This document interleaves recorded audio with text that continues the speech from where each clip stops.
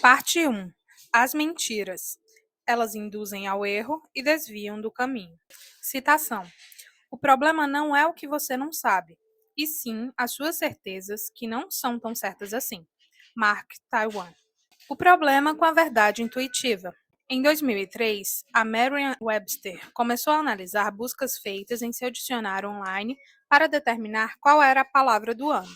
A ideia era que, como as buscas por palavras na internet revelam o que está na nossa mente coletiva, a palavra mais procurada provavelmente capturaria o espírito da época.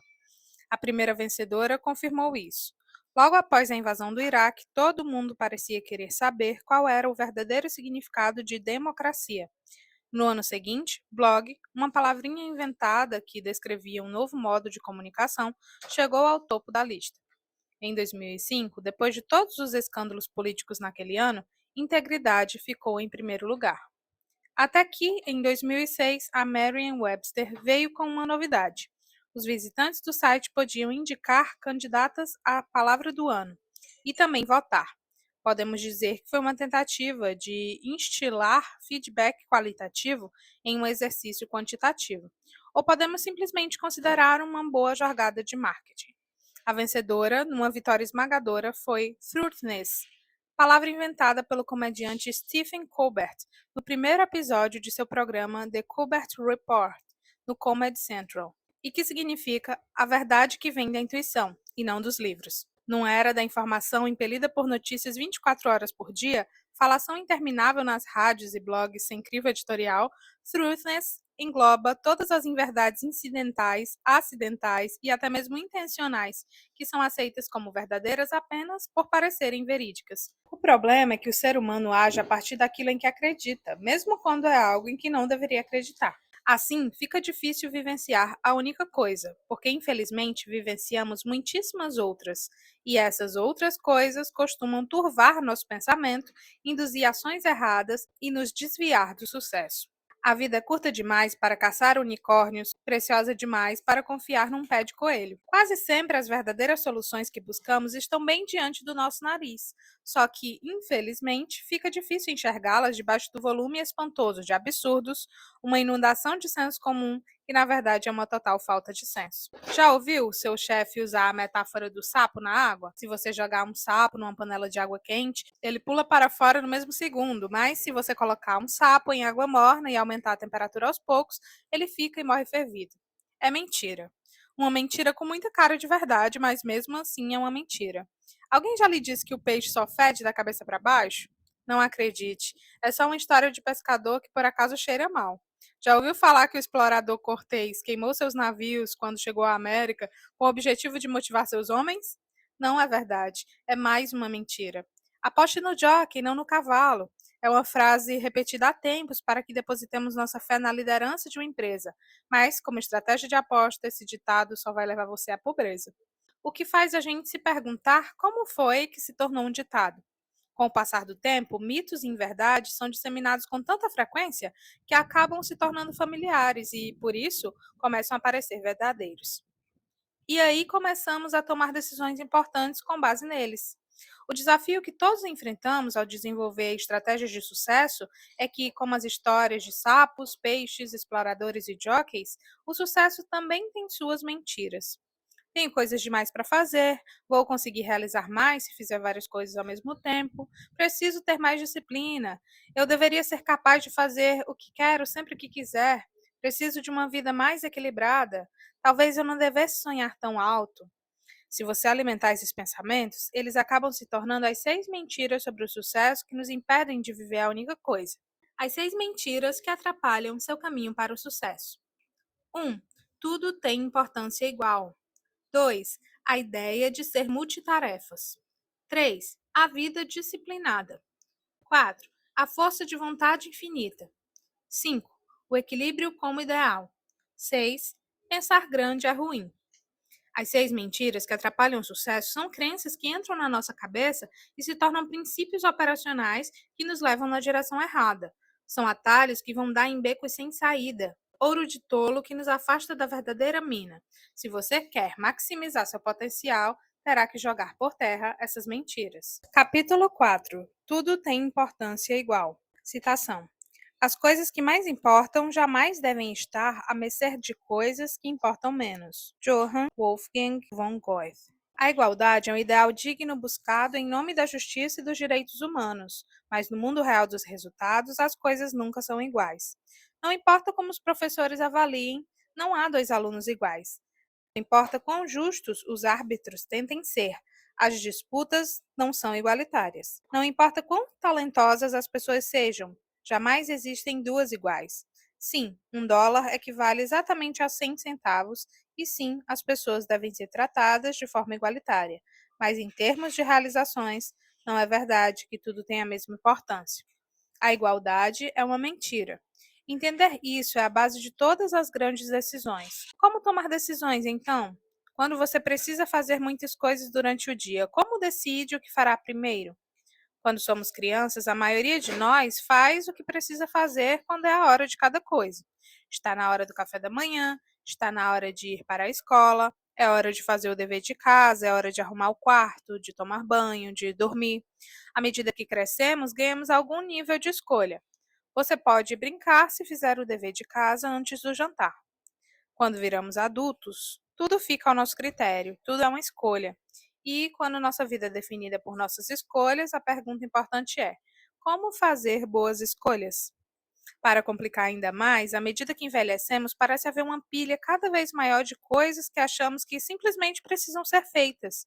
Obrigações demais, trabalho demais, compromissos demais.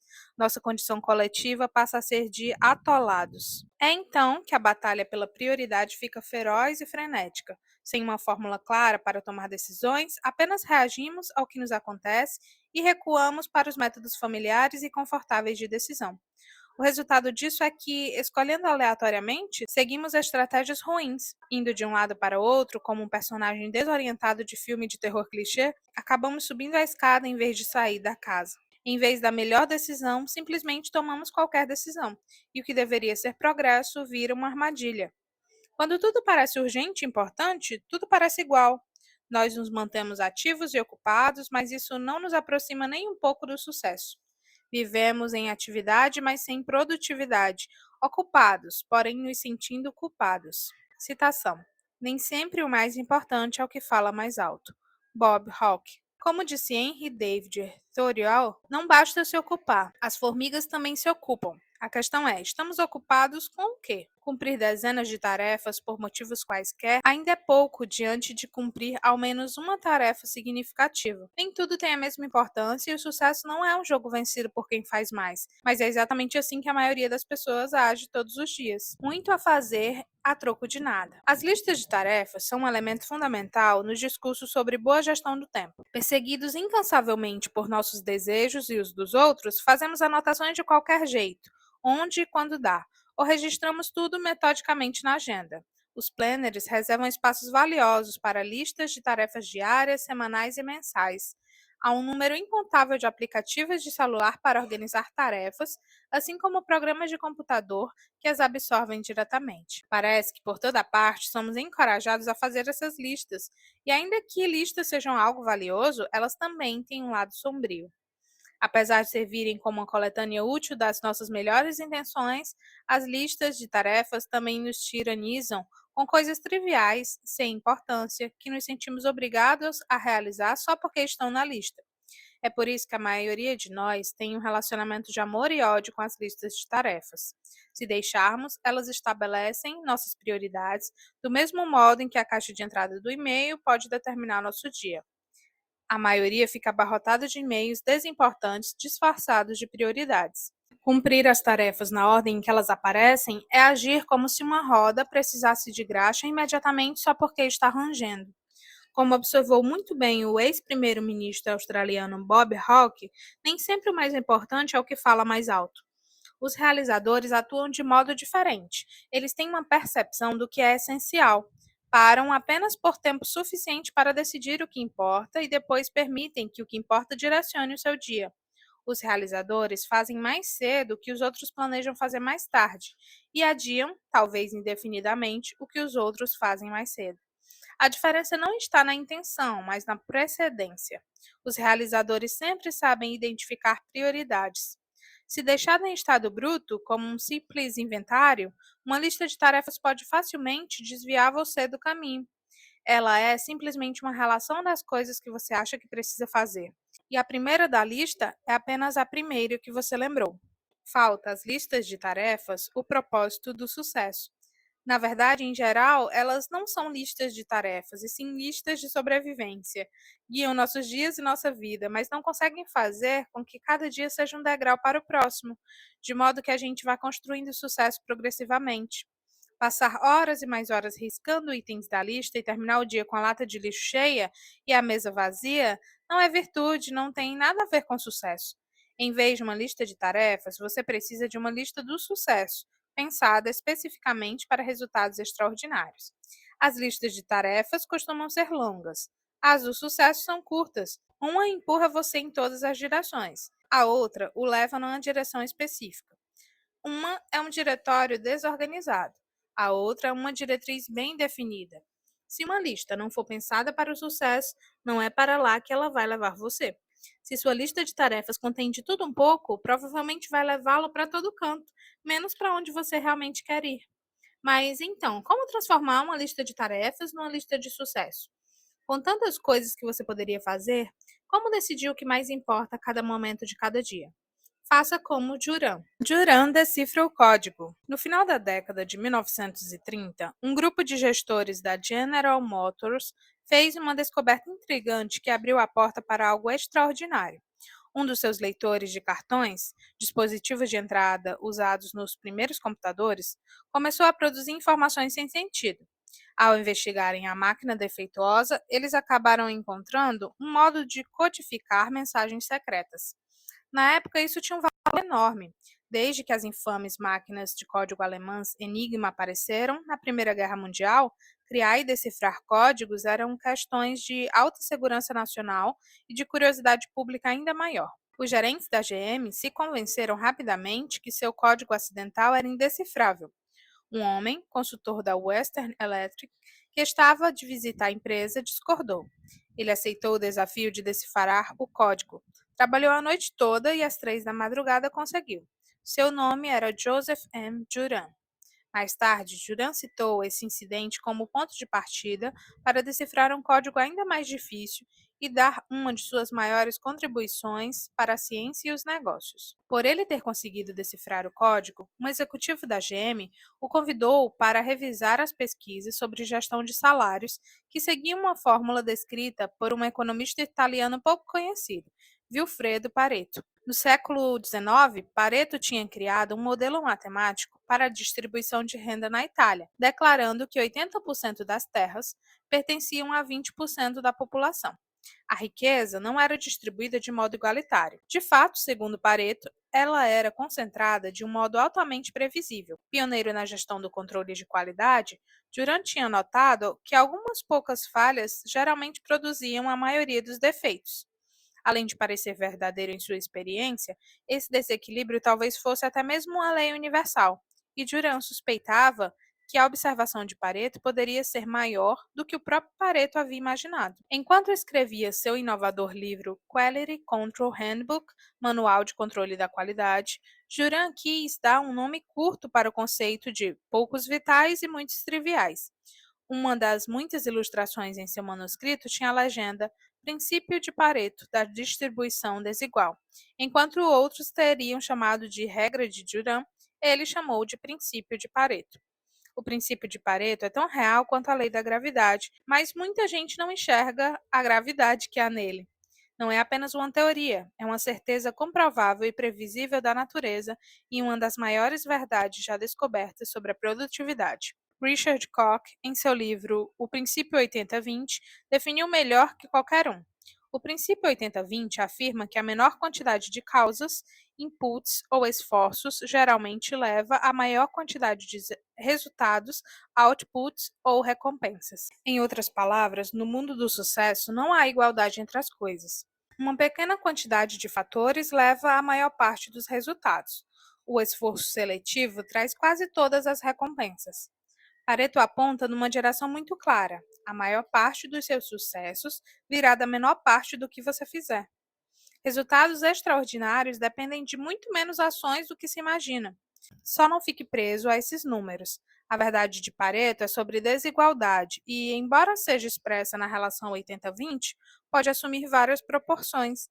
Dependendo das circunstâncias, pode facilmente surgir como, digamos, 90-20, em que 90% do seu sucesso resulta de 20% do seu esforço, ou 70-10, ou 65-5, mas saiba que todas essas relações refletem o mesmo princípio.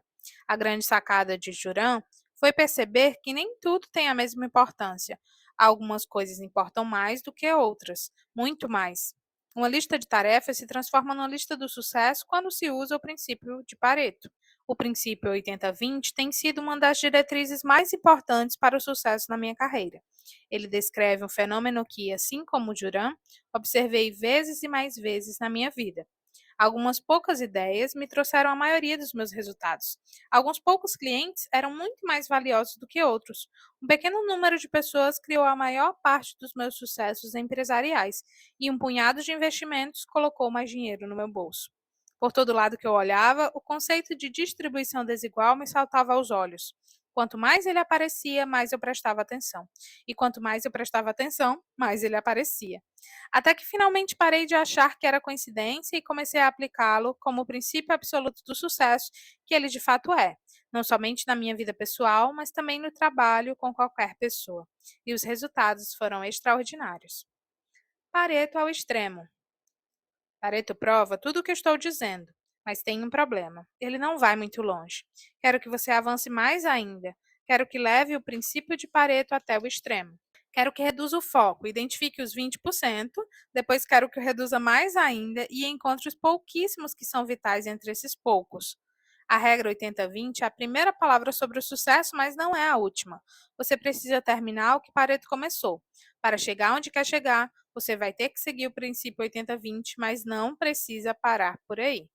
Continue. Você pode pegar 20% dos 20% dos 20% e continuar nisso até chegar ao que é mais importante de tudo. Não importa qual seja a tarefa, a missão ou objetivo, grande ou pequeno. Comece com uma lista do tamanho que quiser, mas desenvolva a mentalidade de partir daí até as poucas que são mais importantes e não parar até chegar a uma única que é essencial, uma única que é imperativa, a única coisa. Em 2001, convoquei nossa principal equipe executiva para uma reunião. Embora estivéssemos crescendo rápido, ainda não éramos reconhecidos pelos atores mais importantes do nosso ramo. Então, desafiei o grupo a pensar em 100 maneiras de dar uma guinada. Levamos o dia inteiro elaborando a lista. No dia seguinte, reduzimos a lista para 10 ideias, e a partir daí escolhemos apenas uma grande ideia. A escolhida foi que eu escreveria um livro sobre como se tornar um realizador de elite no nosso ramo de atividade. Deu certo. Em 8 anos, aquele livro não somente se tornou um best-seller nacional, como deu origem a uma série de livros que vendeu mais de 1 milhão de exemplares. Num ramo de negócios de cerca de 1 milhão de pessoas, uma única coisa mudou a imagem da nossa empresa para sempre. Agora pare e faça as contas. Uma ideia dentre 100. Isso é Pareto levado ao extremo. É pensar grande, mas reduzir o foco. É aplicar o princípio da única coisa a um desafio empresarial de um modo muito poderoso. Mas isso não se aplica apenas aos negócios. Quando fiz 40 anos, comecei a aprender a tocar guitarra. Logo descobri que tinha apenas 20 minutos por dia para praticar. Não era muito, por isso eu soube que precisava escolher muito bem o que aprender. Pedi ajuda ao meu amigo Eric Johnson, um dos maiores guitarristas de todos os tempos, que me disse que, se eu só podia fazer uma coisa, deveria treinar escalas. Seguindo seu conselho, escolhi a escala menor de blues.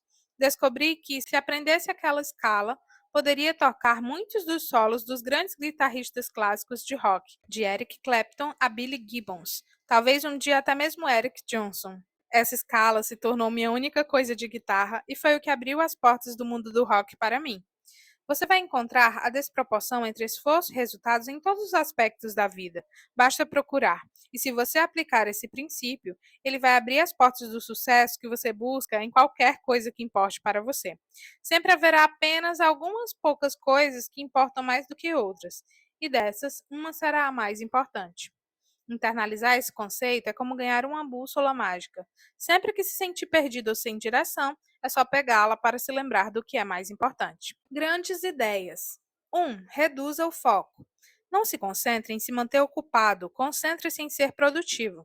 Permita que as atividades mais importantes determinem o seu dia. 2. Vá ao extremo. Assim que descobrir o que é realmente importante, continue se perguntando o que é o mais importante, até que só reste uma coisa. Essa atividade essencial irá para o topo da sua lista do sucesso. 3. Diga não. Quer você diga mais tarde ou nunca, o objetivo é dizer agora não a todo o resto até que o mais importante seja feito. 4. Não fique preso no jogo de ticar. Se acreditamos que as coisas não têm a mesma importância entre si, devemos agir de acordo com isso. Não podemos ficar atrelados à ideia de que tudo precisa ser feito, que o sucesso resulta de riscar itens na lista de afazeres. Não podemos ficar presos num jogo em que jamais há um vencedor. A verdade é que as coisas têm importâncias diferentes e que se atinge o sucesso fazendo o que é mais importante. Às vezes, é a primeira coisa que você faz. Às vezes, é a única. De qualquer modo, fazer o que é mais importante é sempre o mais importante a fazer.